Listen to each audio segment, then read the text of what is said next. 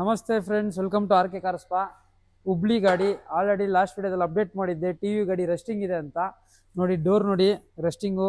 ಇದರಲ್ಲಿ ಏನಕ್ಕೆ ನಾನು ತೋರಿಸ್ತೇನೆ ಅಂದರೆ ಕ್ಲಾರಿಟಿಯಾಗಿ ಕಸ್ಟಮರಿಗೆ ತೋರಿಸೋಣ ಯಾವ್ಯಾವ ಥರ ರಸ್ಟಿಂಗ್ ಇರುತ್ತೆ ಇದರಲ್ಲಿ ಅಂತ. ಇದರಲ್ಲಿ ಫ್ರಂಟ್ ಫ್ರೇಮ್ ನೋಡಿ ಯಾವ ಥರ ರಸ್ಟಿಂಗ್ ಆಗಿದೆ. ಫುಲ್ ಈ ಪೀಸೇ ಕಟ್ ಮಾಡಿ ವೆಲ್ಡ್ ಮಾಡಬೇಕು. ಮತ್ತು ಒಳಗಡೆ ತೋರಿಸ್ತೀನಿ ಬನ್ನಿ.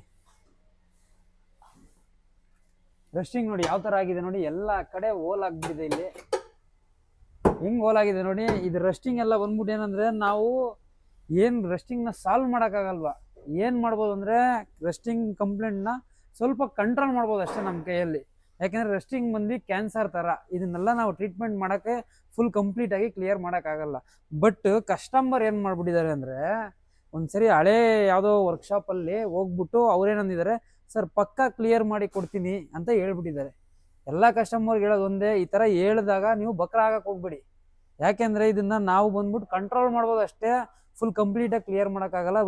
ಇದೆಲ್ಲ ಏನು ಹೋಲ್ಸ್ ಇದೆಯಲ್ಲ ಇದನ್ನೆಲ್ಲ ಬಂದ್ಬಿಟ್ಟು ವೆಲ್ಡಿಂಗ್ ಮಾಡಿ ಒಂದೊಂದು ಪೀಸ್ ಇಕ್ಕಿ ರೆಡಿ ಮಾಡ್ಕೊಬೇಕು. ನೀಟಾಗಿ ರೆಡಿ ಮಾಡ್ಕೊಂಡು ಆಮೇಲೆ ಪೇಂಟ್ ಸ್ಪ್ರೇ ಒಂದು 3 ಕೋಟ್ ಚೆನ್ನಾಗಿ ಸ್ಪ್ರೇ ಮಾಡಿಕೊಂಡು ಗೇಜ್ ಸ್ವಲ್ಪ ಗಟ್ಟಿ ಮಾಡ್ಕೊಂಡು ಹೊಡೆದಾಗ ಸ್ವಲ್ಪ ರಸ್ಟಿಂಗ್ ಕಂಟ್ರೋಲ್ ಆಗುತ್ತೆ. ಆಮೇಲೆ ಇದ್ರದ್ದು ವಿಡಿಯೋ ಯಾವ್ಯಾವ ಥರ ನಾವು ಕಟ್ ಮಾಡಿ ವೆಲ್ಡ್ ಮಾಡಿ ಪೇಂಟಿಂಗ್ ಮಾಡ್ತೀರಿ ಅದರದೆಲ್ಲ ನೆಕ್ಸ್ಟ್ ವಿಡಿಯೋದಲ್ಲಿ ಅಪ್ಲೋಡ್ ಮಾಡ್ತಾ ಇರ್ತೀನಿ. ನೋಡ್ತಾ ಇರಿ. ನೆಕ್ಸ್ಟ್ ವಿಡಿಯೋದಲ್ಲಿ ಸಿಗೋಣ. Thank you.